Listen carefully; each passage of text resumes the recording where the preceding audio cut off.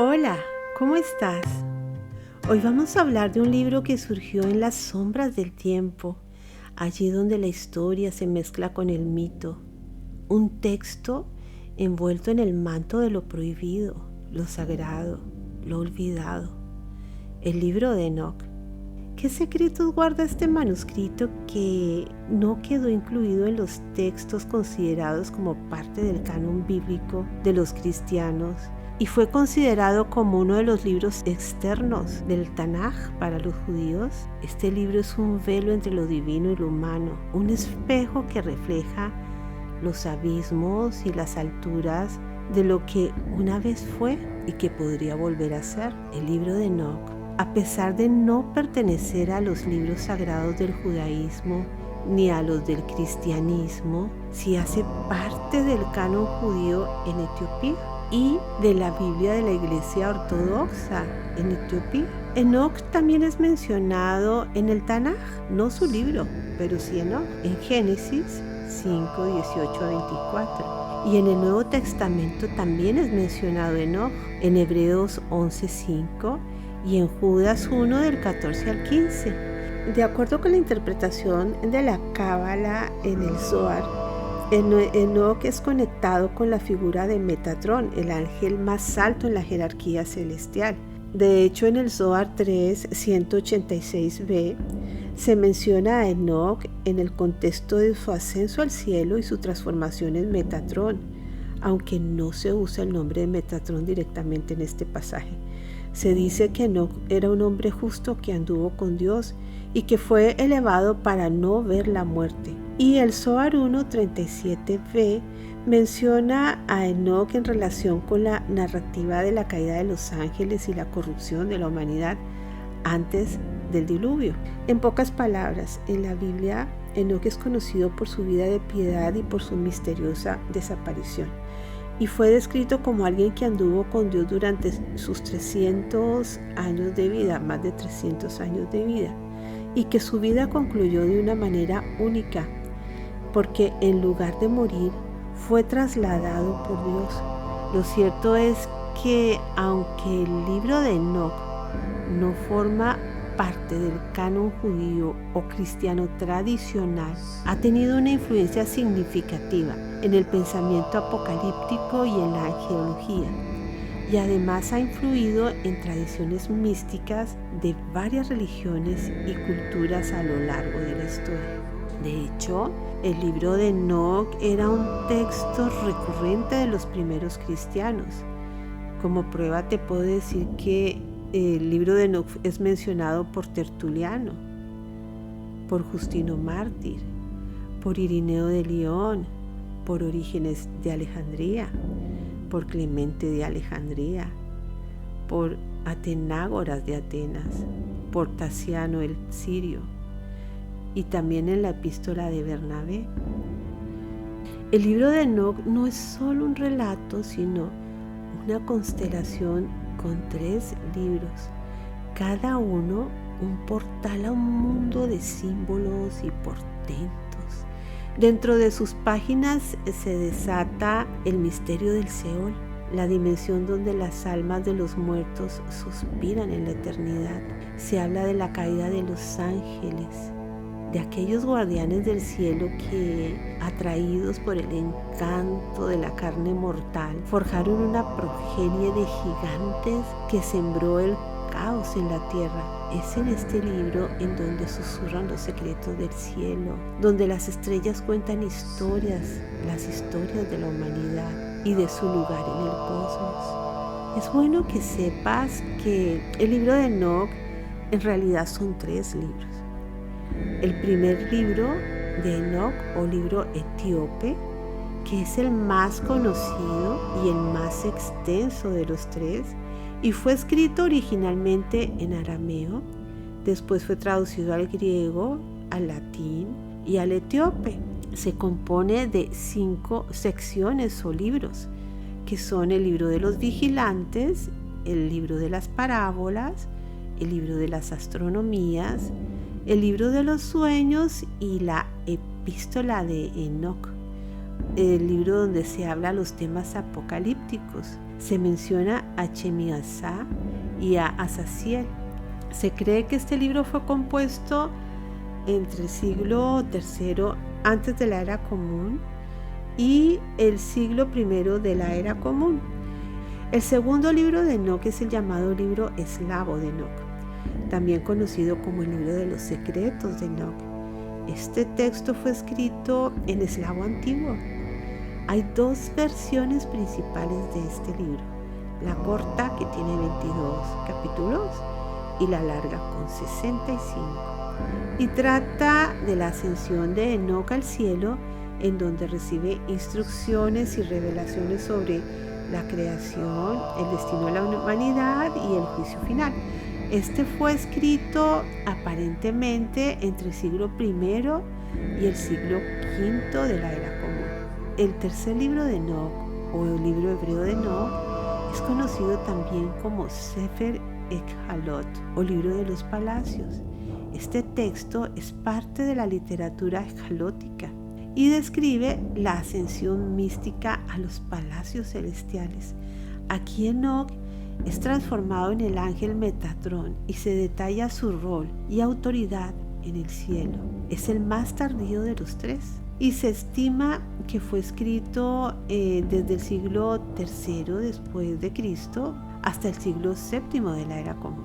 En este compendio se encuentran personajes cuya existencia desafía nuestra imaginación, o quizás entidades de otro mundo, conocidas hoy como extraterrestres. El control sobre los elementos, la invocación de la tempestad y la calma, el dominio del viento, el mar y el cielo, todo es atribuido a los seres celestiales en el libro de Enoc. Este libro, escrito en la noche de los tiempos, fue considerado por los primeros cristianos como parte de las escrituras sagradas. Pero como todas las historias de poder y conocimiento, su destino fue el de ser oscurecido, desacreditado y prohibido gracias al concilio de Laodicea. A raíz de dicho concilio, la lectura del libro de Enoc se convirtió en un acto de rebelión contra las autoridades eclesiásticas hasta que al final fue sumergido en el olvido por siglos. Pero como el espíritu de curiosidad humana no conoce límites, el libro de Enoc resucitó de la mano de James Bruce, quien tras años en la misteriosa Abisinia regresó con los textos perdidos. Su traducción al inglés abrió una puerta que muchos creían cerrada para siempre. Más tarde fueron encontrados fragmentos en griego y arameo en los rollos del Mar Muerto. Vamos a hablar del libro número 1 que se encuentra en el libro etíope de Enoc, que es el libro de los vigilantes. Hablemos un poco de los ángeles caídos. En sus inicios, los vigilantes, aquellos ángeles conocidos como los Grigori, fueron enviados por el Altísimo con un propósito sagrado: velar por la humanidad, guiarla y protegerla. Pero en la quietud de sus vigilancias, una tentación insidiosa comenzó a germinar. Los ojos de estos seres celestiales que debían estar mirando para el cielo se desviaron hacia las hermosas hijas de los hombres. Este fue el primer hilo suelto en el tejido de su misión. Lo que más atención les llamaba eran sus largos y hermosos cabellos, razón por la cual se les conminó a cubrírselos. Pero un día, Chemíasá, un líder carismático y rebelde, convenció a 200 ángeles para que se unieran en un pacto secreto, un juramento de desobediencia, pues él no quería ser el único en llevar sobre sus hombros la carga. Los ángeles decidieron descender a la tierra, pero no como guardianes, sino como amantes, buscando los placeres y las emociones humanas que nunca habían conocido. Esta decisión, marcada por la lujuria y la curiosidad, fue el inicio de su caída, una caída que resonaría a través de los siglos. El caso es que los ángeles descendieron sobre la cima del monte que llamaron Hermón, porque habían hecho su juramento ahí. Y comenzaron a tener relaciones con las hijas de los hombres, les enseñaron los encantos, los encantamientos, el arte de cortar raíces, la ciencia de las plantas. Les enseñaron a los hombres el arte de la guerra.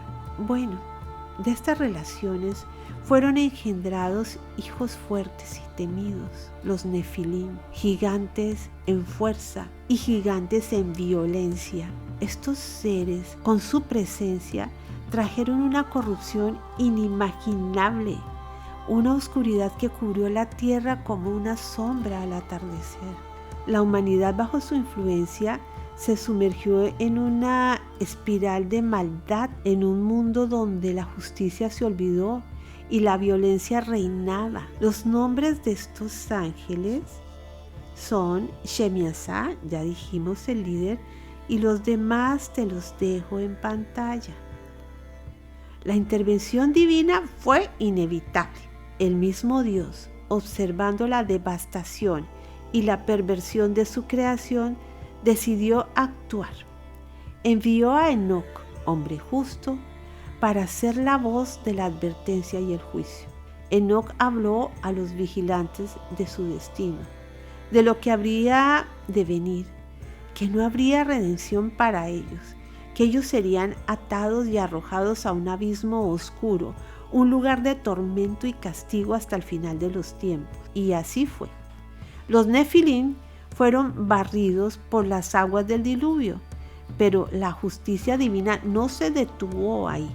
Los ángeles caídos, aquellos que alguna vez conocieron la gloria del cielo, ahora yacen encadenados en lo que se conoce como el abismo o el valle ardiente. Ese lugar descrito con tonos de horror y sufrimiento es su prisión eterna, un recordatorio constante de la severidad de su transgresión y del orden divino que fue restaurado. En relación con el libro de las parábolas, el libro de Enoc guarda dentro de sí 3 intrigantes parábolas o similitudes que prometen desvelar el destino de la humanidad. ¿Cuáles son estas parábolas? Pues la primera parábola nos habla del elegido, una figura mesiánica que vendrá a juzgar el mundo. ¿Quién es este elegido? El Salvador que todos conocemos. El caso es que los secretos del elegido presentan similitudes con la figura del Mesías o el Hijo del Hombre, descrito como una figura mesiánica con características divinas. Una de las funciones más destacadas del elegido es actuar como juez. El elegido tiene acceso a secretos y conocimientos ocultos que son revelados solamente a él. El elegido tiene un papel clave en la salvación de los justos. En la segunda, pareciera que estuviera hablando de Jesús. En la segunda parábola se nos revela un juicio apocalíptico donde los reyes y los poderosos son puestos en una balanza.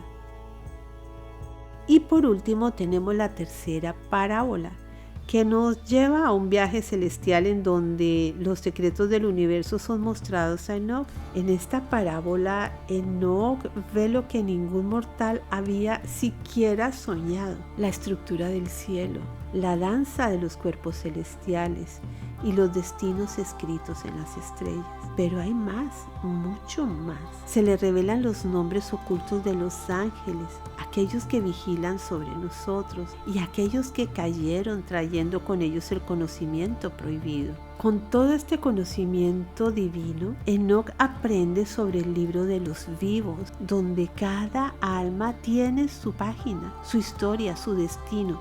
Pero este conocimiento, si cayera en manos equivocadas, podría alterar el curso de la historia, manipular destinos o peor, desatar fuerzas que no podemos comprender.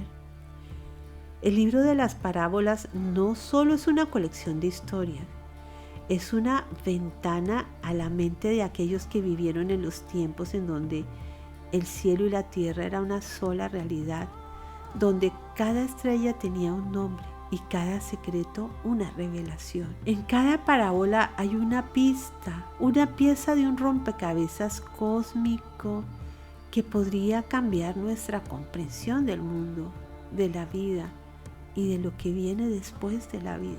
Ahora miremos el libro de las astronomías. Enoc vio el curso de las estrellas, no como puntitos de luz que vemos nosotros desde la Tierra, sino como guardianes de secretos antiguos.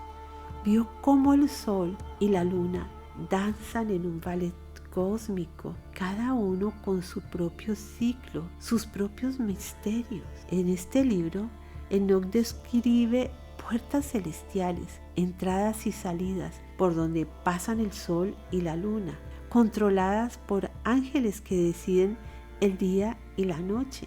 ¿Te imaginas? Ángeles moviendo el telón del cielo, dictando el destino de la luz. En este libro se esconde la clave para entender no solo el tiempo, sino el destino mismo. Aquí se revelan los días de la vida, las estaciones del año y los ciclos que marcan el nacimiento y muerte de todo lo que existe. Pero también hay una advertencia, un susurro de las estrellas, y son los caminos cerrados de las luminarias. Enoc vio cómo algunas estrellas se desviaban de su ruta y esto llevaba a la humanidad hacia un caos. Este libro no solo es un manual de astronomía, no, es una advertencia sobre el equilibrio frágil que tiene el universo. Y si piensas que esto era todo, te equivocas. Aquí se habla de los vientos, de los portales del viento que sopla desde los confines del mundo, trayendo consigo el cambio, la vida y la destrucción. Cada viento tiene un nombre, una misión y un secreto. Por eso, mientras te sumerges en estas revelaciones, recuerda que el libro de las astronomías no solo es un libro sobre las estrellas y planetas, es un libro que refleja nuestro lugar en el cosmos, nuestro destino entrelazado con el de los cielos. ¿Estás listo para mirar a través de ese espejo? Ahora miremos el libro de los sueños. Enoc nos cuenta 2 sueños que le cambiaron la percepción del tiempo y del destino. El primer sueño es un viaje a través de la historia en donde Enoc ve a los animales, pero no como simples criaturas, sino como símbolos de naciones y pueblos. Aquí los toros representan a los líderes y las ovejas a la gente común. Pero, ¿qué pasa cuando los toros empiezan a pelear y las ovejas son perseguidas? Es una visión de la humanidad, de guerras y traiciones, de luchas entre el bien y el mal a lo largo de los siglos. Y creo que seguimos luchando. El segundo libro nos hace estremecer un poco más. Enoc sueña con un bosque donde cada árbol es una generación, cada hoja es una vida. Entre los árboles, Enoc ve cómo el mar se va filtrando, cómo los árboles son talados o corrompidos. Y este es un espejo de nuestra propia historia, de cómo la humanidad se ha alejado de la luz, cómo hemos sido testigos y víctimas de nuestra propia caída, pero también hemos sido nuestros propios victimarios. En ambos sueños hay una promesa, una esperanza que brilla en la oscuridad. En medio del caos y la destrucción emerge la figura de un pastor.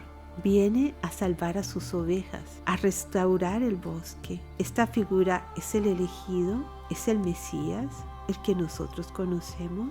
Los sueños de Enoc no lo dicen claramente, pero nos deja la pregunta: ¿quién vendrá a sanar nuestro mundo roto? Por último, miremos la epístola de Enoc. Enoc habla de pecados, que los pecados se ocultan bajo el sol. Habla de la corrupción que se esparce como una plaga. Habla de los poderosos, de aquellos que abusan de su poder y de cómo cada acto de injusticia está siendo registrado en el libro de los cielos. Enoc nos muestra los secretos de la sabiduría, enseñanzas que han permanecido ocultas esperando a ser encontradas por aquellos ojos que quieran ver.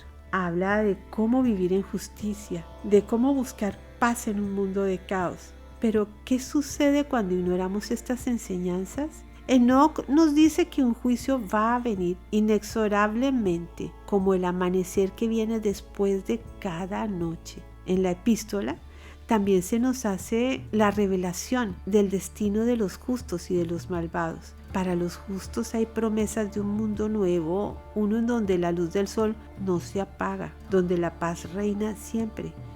Pero para los malvados hay un solo final, el olvido, el castigo eterno. Enoc no solo advierte, él ofrece una elección. Y aquí viene la parte más intrigante. El libro nos habla que Enoc fue guiado por Uriel, cuyo nombre significa fuego de Dios o luz de Dios. Uriel es uno de los 4 arcángeles principales junto con Miguel, Rafael y Gabriel. Se le asigna a Uriel la tarea de guiar a Enoc por los secretos del cielo y de la tierra, revelándole los misterios cósmicos, incluyendo las leyes de los astros y las visiones del futuro.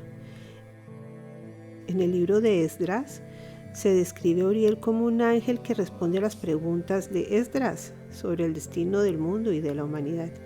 Uriel a menudo es representado con una espada de fuego y un libro simbolizando como su papel de portador de la verdad y de la iluminación. En el libro primero de Enoc, específicamente en el de los vigilantes, Enoc tiene varios encuentros con Uriel. Uriel le muestra a Enoc las prisiones de los ángeles caídos, le explica cuál es el castigo que reciben. Uriel también le revela a Enoc los secretos del cielo, incluyendo la ley de los astros y el funcionamiento del universo. En estos capítulos, Uriel es descrito como un ángel que tiene autoridad sobre los astros y que le enseña a Enoc los movimientos del sol, la luna y de las estrellas. Un momento clave es cuando Uriel le muestra a Enoc el lugar del juicio final, en donde Enoc ve los espíritus de los muertos esperando su juicio. Uriel le explica a Enoc el significado de lo que está viendo y le proporciona una visión escatológica del destino del mundo. Hablemos del segundo libro de Enoc, o el libro de los secretos de Enoc, así muy abuelo de pájaro. Este texto está escrito en eslavo antiguo y es una puerta hacia lo desconocido, una narración que nos transporta a través de los 10 cielos, donde Enoc se encuentra cara a cara con el Todopoderoso. El viaje de Enoc es narrado en primera persona desde el primer cielo, donde se hallan las estrellas y los ángeles que las gobiernan, hasta el 10º cielo, donde reside la gloria de Dios. Te voy a contar muy por encima qué hay en cada cielo. En el primer cielo se encuentran las estrellas y los ángeles que las custodian. Este cielo es el más cercano a la tierra y se describe como un lugar donde se observan los fenómenos astronómicos. El segundo cielo es donde se encuentran los ángeles caídos, los que se rebelaron contra Dios. Es un lugar de castigo y advertencia sobre las consecuencias de la desobediencia. En el tercer cielo está el paraíso, donde se encuentran los justos, antes que llegue el juicio final. Aquí Enoc observa a los hombres que vivieron virtuosamente y que están esperando la salvación. El cuarto cielo es donde están el sol y la luna junto con otros cuerpos celestes. Es un lugar de regulación del tiempo y de los ciclos naturales, con ángeles encargados de estos fenómenos. El quinto cielo, allí está el ejército de ángeles que son los guardianes de las cosas creadas. Están vigilando y protegiendo la obra divina. Es un lugar de gran fuerza celestial. En el sexto cielo están ángeles muy grandes, posiblemente arcángeles, que son los que responden por la liturgia celestial y cantan las alabanzas de Dios. El séptimo cielo es famoso por ser el lugar donde se encuentran los ángeles que sostienen el trono de Dios. Aquí Enoc es recibido con gran honor y se le enseña la sabiduría y los misterios divinos. En el octavo cielo se encuentran las fuentes de los ríos celestiales, que luego se convierten en ríos de la tierra. Es un espacio de pureza y es el origen de las aguas del mundo. En el noveno cielo se almacenan los tesoros de la sabiduría, la justicia y la piedad. Es un lugar en donde se encuentra o se guarda el conocimiento y las virtudes que Dios ha decretado para el mundo. Y por último, el 10º cielo es el más alto y santo de todos. Es donde reside el mismísimo Creador, la fuente, el Todopoderoso. Aquí, Enoc es transformado en el ángel Metatrón. Es un ser de inmensa sabiduría y poder y se le revelan los mayores secretos del universo. Ahora, por último, miremos también el tercer libro de Enoc, o el Sefer Echalot, que es el libro de los palacios o el libro hebreo de Enoc. En este libro se vuelve a hablar de la ascensión de Enoc al cielo. En este viaje, Enoc es llevado a través de distintos niveles celestiales hasta llegar a la presencia de Dios, en donde se transforma en el ángel Metatrón. Este proceso es detallado y espiritualmente significativo, destacando la elevación del ser humano hacia lo divino. Una vez es transformado en Metatrón, Enoc se convierte en uno de los ángeles más altos y poderosos. Es el guardián de los registros acásicos.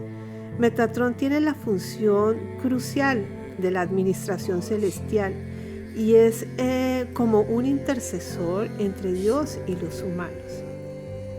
En el libro también se describe detalladamente la jerarquía de los ángeles, sus nombres, sus funciones y las esferas celestes en donde operan.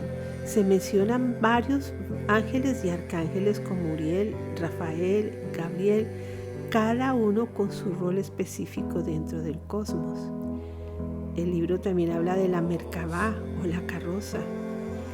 Este texto proporciona las instrucciones y descripciones de cómo se puede ascender a través de los palacios celestiales o los Echalot para poder ver la gloria de Dios. El libro también revela los secretos de la creación del mundo, la estructura del universo con sus 7 cielos y cómo funcionan. También se discuten aspectos esotéricos de la creación, como el origen de los metales preciosos y su relación con la humanidad. Y por último, el tercer libro de Enoc también toca temas apocalípticos que mencionan un juicio final y el papel de Metatrón en la era mesiánica. Por si te pica la curiosidad, te voy a contar algo de los 7 palacios. En el Sefer Echalot, los 7 palacios son estructuras celestiales o niveles a través de los cuales el místico debe pasar para llegar hasta la presencia divina. El primer palacio es el más exterior. A menudo es asociado con el primer cielo o la esfera de la luna. Aquí los ángeles son guardianes y el místico debe mostrar su pureza y conocimiento para que le sea permitido continuar.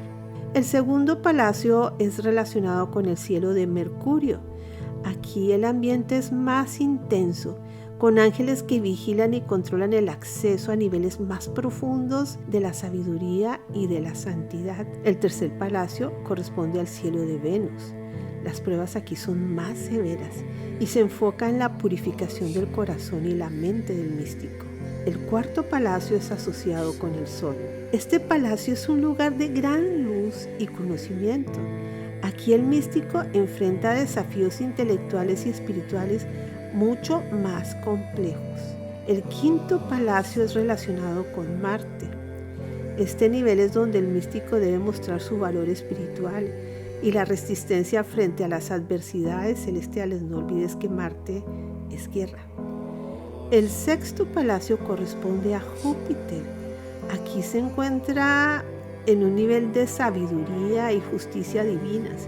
Es un lugar de gran reverencia y conocimiento de lo sagrado. Y por último, el séptimo palacio es el más interior, asociado con Saturno o más allá. Es el lugar donde reside el trono de Dios. Se llega allá por la Merkabá. Aquí el místico finalmente alcanza la presencia divina, experimentando la visión de la gloria de Dios, lo cual es el objeto supremo de la ascensión mística. No te olvides lo que hemos hablado en la Cábala. Cada palacio es custodiado por diferentes clases de ángeles y el místico debe pasar por una serie de pruebas y recitar oraciones o invocaciones específicas para poder avanzar. Estos palacios no solo representan lugares físicos o celestiales, sino también estados espirituales y niveles de conciencia que el místico debe alcanzar en su camino hacia la unión con lo divino. Por último, te hablaré sobre la jerarquía de los ángeles. El libro de Enoc no presenta una jerarquía con un nombre explícito y claro de importancia.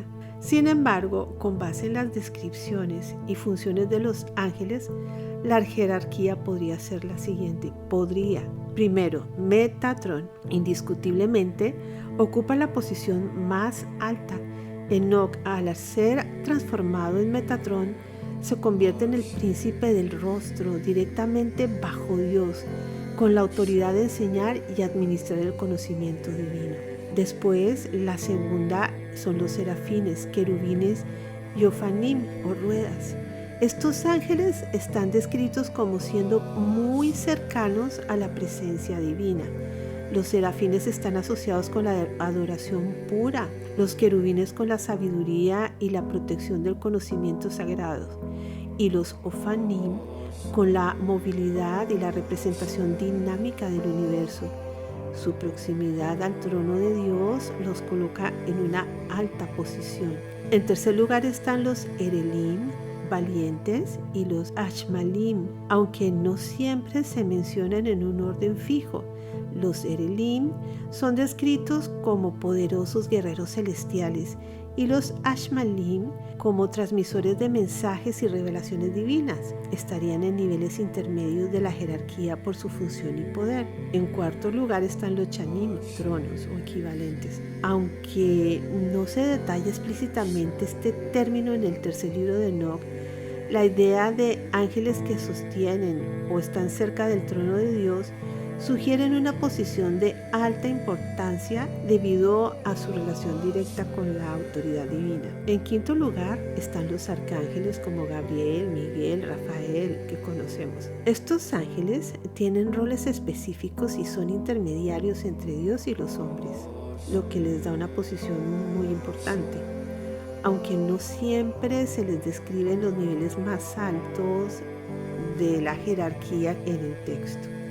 Y por último, en sexto lugar tenemos a los Malachim, o ángeles propiamente dichos, los ángeles generales, encargados de tareas más comunes como la protección y guía de los humanos, y estarían en los niveles más bajos de la jerarquía celestial, pero no por ello son menos importantes en el esquema cósmico.